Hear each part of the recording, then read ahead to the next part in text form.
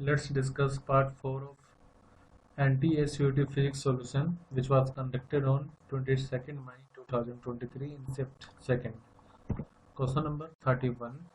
The electron in a hydrogen atom rises from n equal to 1 state to n equal to 4 state by absorbing some energy. The energy of the electron in the first state is minus 13.6. तो पूछा कि how much energy is absorb by the electron. देखो, जब ये electron ground state में होता है तो इसकी एनर्जी होती है अभी माइनस 13.6। वैसे जो जनरल फॉर्मूला होता है एनर्जी का वो होता है माइनस 13.6 अपॉन में एन स्क्वायर।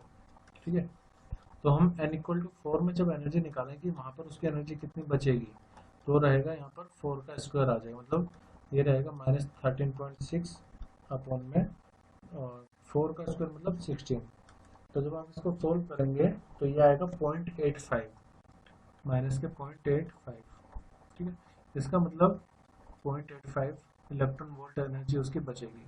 अब फिलहाल उसकी इनिशियल एनर्जी कितनी है, E1।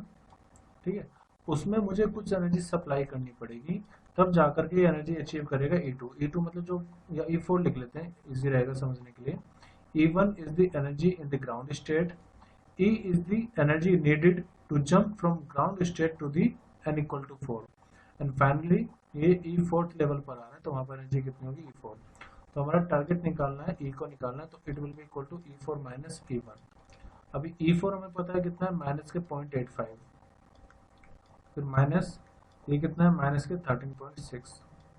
तो बस हमें क्या करना है, ये तो माइनस माइनस प्लस हो गया, तो 13.6 में से हम माइनस कर देंगे 0.85 को, जो कि आएगा 12.75 इलेक्ट्रॉन वोल्ट। तो करेक्ट आंसर होगा ऑप्शन बी।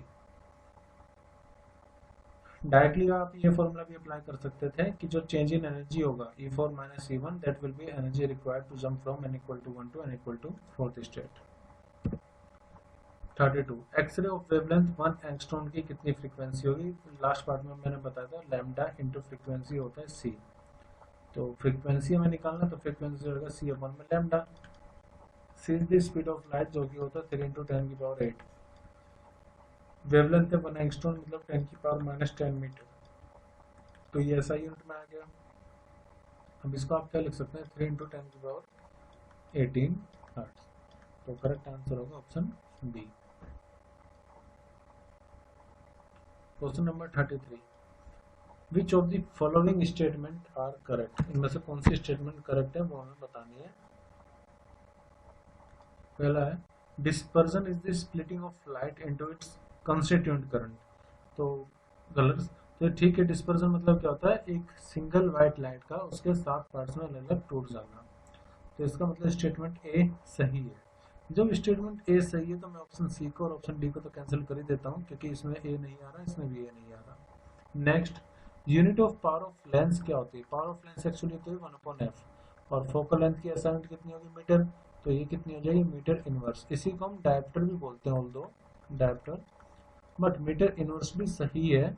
तो इसका मतलब ऑप्शन बी भी करेक्ट है, ऑप्शन ए भी करेक्ट है। स्टेटमेंट, ऑप्शन नहीं, स्टेटमेंट ए भी करेक्ट है, स्टेटमेंट बी भी करेक्ट है। ई भी सही है, क्योंकि आप देखो इन दोनों ऑप्शन में ए बी और ई तो कॉमन है। असली लड़ाई है सी और डी के बीच की, उनमें से कौन सा सही होगा। तो सी स्टेटमेंट है।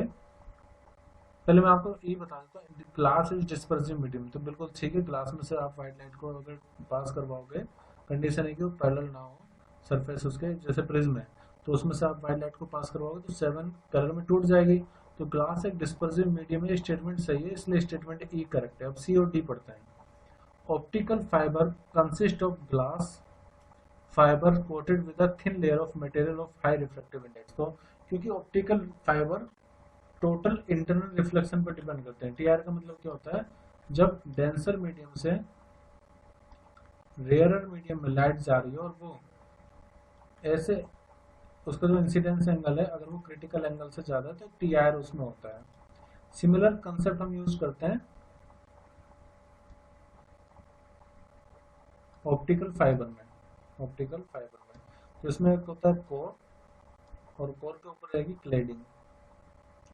तो जो कोर पार्ट है उसका रिफ्रैक्टिव इंडेक्स हमें ज्यादा रखना होता है with comparative to cladding part, यानी कि जो अंदरूनी पार्ट है, जो सबसे इंटरनल पार्ट है, उसका रिफ्रैक्टिव इंडेक्स हाई होना चाहिए, और यही स्टेटमेंट सी भी कह रही है। तो स्टेटमेंट सी यहाँ पर करेक्ट है। और स्टेटमेंट सी करेक्ट है तो इसका मतलब ये हुआ कि जो ऑप्शन है वो ए करेक्ट होगा, बी नहीं। जो कैसेग्रेन टेलीस्कोप है has the advantage of large focal length in a short telescope, तो ये सही स्टेटमेंट नहीं है, तो करेक्ट आंसर होगा ऑप्शन ए।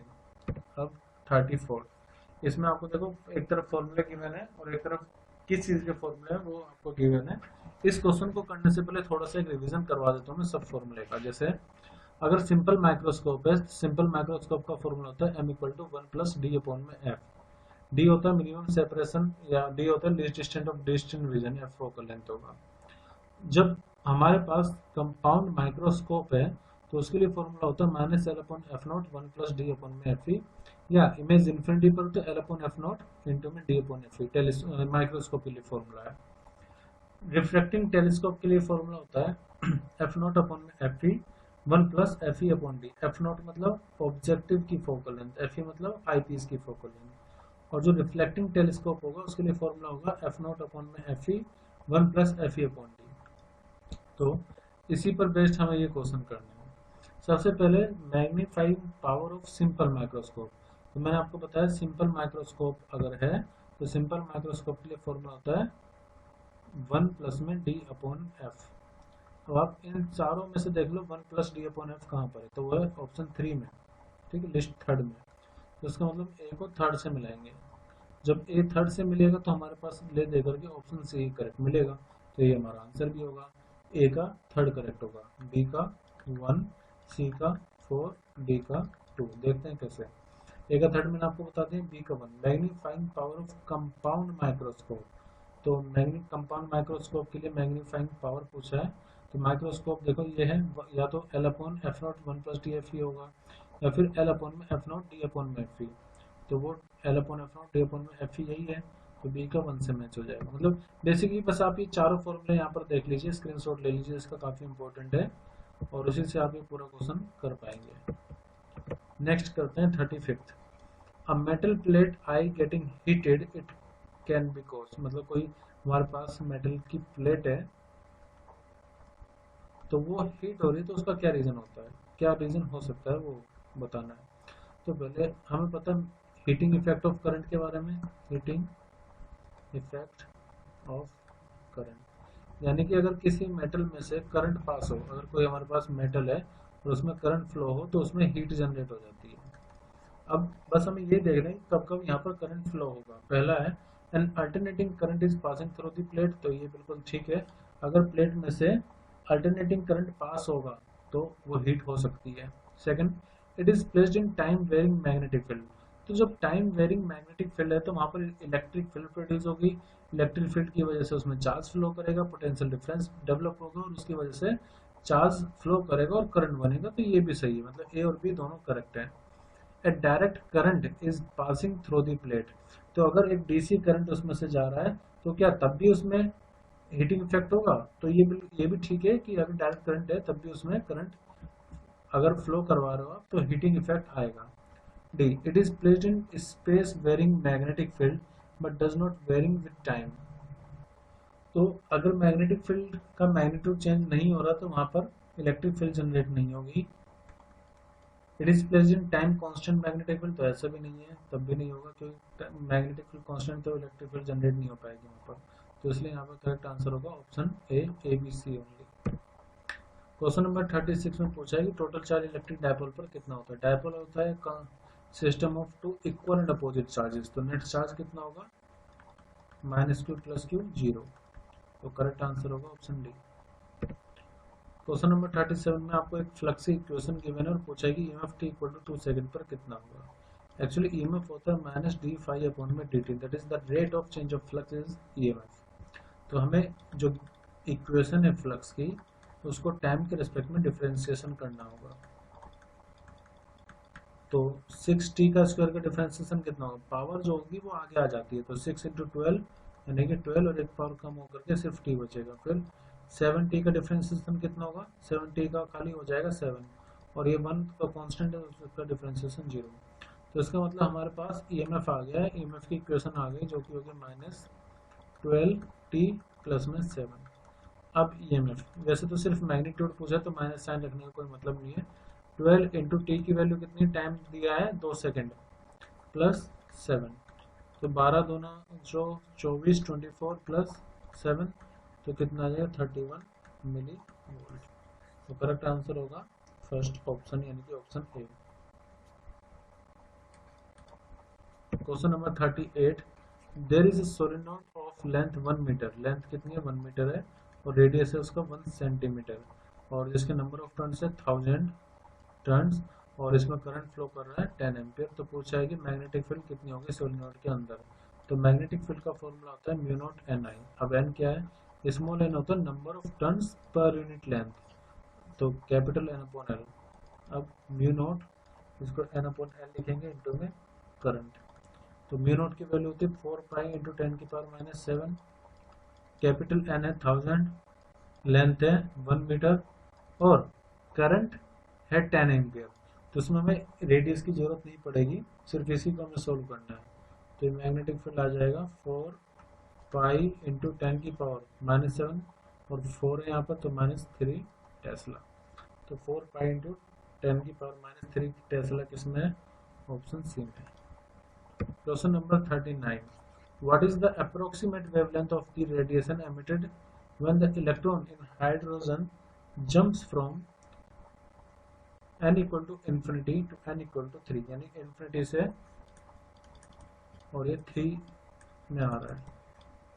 तो जो वेवलेंथ का फॉर्मूला होता है वो तो 1 upon lambda equal to R 1 upon N final का square minus 1 upon N initial का square, 1 upon lambda R finally किस में आ रहा है 3, तो 3 का square minus 1 upon infinity, 1 upon infinity तो 0 हो जाएगा, तो 1 अपॉन लैम्डा आएगा आर अपॉन में 1 अपॉन 9।